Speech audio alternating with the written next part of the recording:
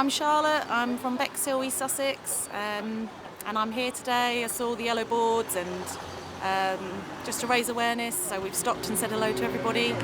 It's good to see people out, speaking the truth instead of the biased media.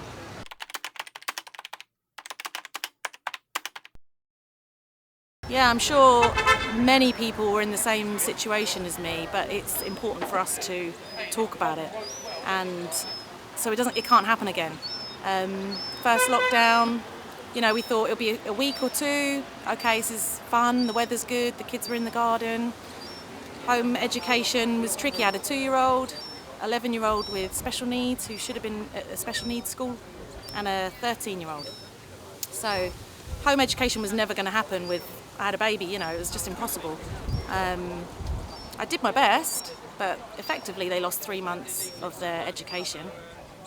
I couldn't do it. I'm not a teacher. I didn't feel I had the resources. We got a phone call once a week from the school and that was it. There was no support. Not just that, emotionally as well. The kids shut in the house. No kid should go through that. We were lucky we have a small garden where we could put a trampoline up, and that was it.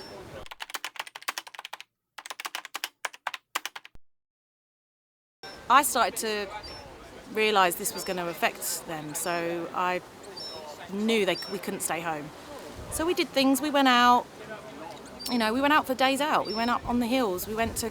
I was still frightened. I still was frightened of this virus. I was believing what I saw in the media, but I knew it was an overreaction. I knew my children and I weren't at risk, and if we just were sensible, we could try and get through this. So I tried to help them through it mentally by being outside, which was totally obviously against the rules because it was 1 hour a day to be outside. My biggest wake-up call, this is my own wake-up call, everyone had their moment of realising something was seriously wrong, was in May. We'd done 50-odd days in lockdown, and I took my children to our local beach because we're a 5-minute walk from the beach, and the promenade was packed. Thousands and thousands of people walking up and down, all distanced, like they should be because it was full lockdown. And I took my children on an empty shingle beach, tide was out, and I said, right, we're swimming, we're splashing, we're going to have some fun. It was an amazing sunny day, they loved it. Within 5 minutes, the Coast Guard were called by somebody who saw me. I wasn't allowed on the beach, apparently, with my children in May, on an empty beach. So the Coast Guard came and spoke to me and said, you have to get off the beach. The beaches are shut. And I just sat there and I was broken. I was a broken woman. I'd seen my children lose not just their school, but their friends, their sport. My daughter was a keen swimmer. She was about to become a county swimmer. And that all got taken away from her. And she never got her fitness back. And she potentially lost out on regionals and nationals.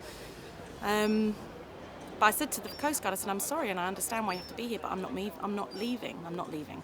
What sense does it make to walk along a crowded promenade? If I'm going to catch this virus, it's going to be up there. I'm fine down here. And they did leave me alone. That was my wake-up call when I realised none of this makes sense.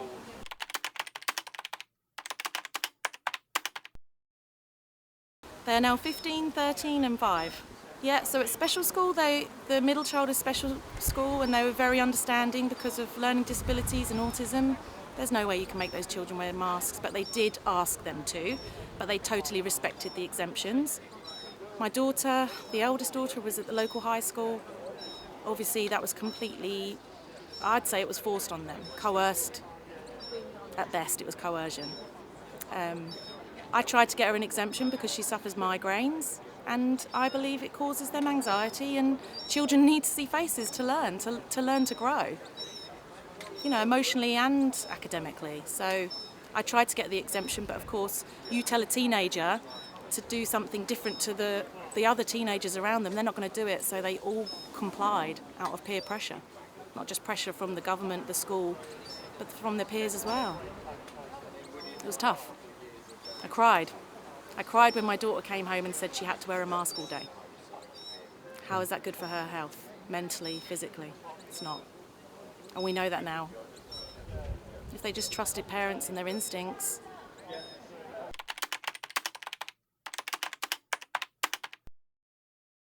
Shame on them. And we won't stand for it. Don't try that again, because people are, even people who believed it or went along with the whole thing and stuck to every rule. Many of my friends, they knew my views and they respected it, and now they listen to me and they all say we're not going to stand for that again. And children are killing themselves. There are suicides in our town. I'm talking teenagers, not adults, children. We've lost children in our local town. This is a small town, small seaside town. And now my own daughter knows 3 children that have committed suicide. I never knew that growing up. I never had heard of anything. And it was all directly from lockdowns. Lack of security at school, lack of safety, lack of seeing their friends, having an outlet, having a sport, and no mental health help because they shut the doors. They shut the doors. Another personal experience, if you want to share this, I don't mind sharing this, is my own brother suffers from bipolar. He has done for over 20 years, and he has never been so ill in all his life because of the anxiety that they have put on him personally. He's got a wife and a child who he now can't support, and we as a family have to financially support them. He's been sectioned in the last 2 years, I think 6 or 7 times, and each time it's a month to 2 months, and then it's recovery, and then he's back in again. And he's never been so ill, and that is because of what the government did. And they took away all his support. There was nothing.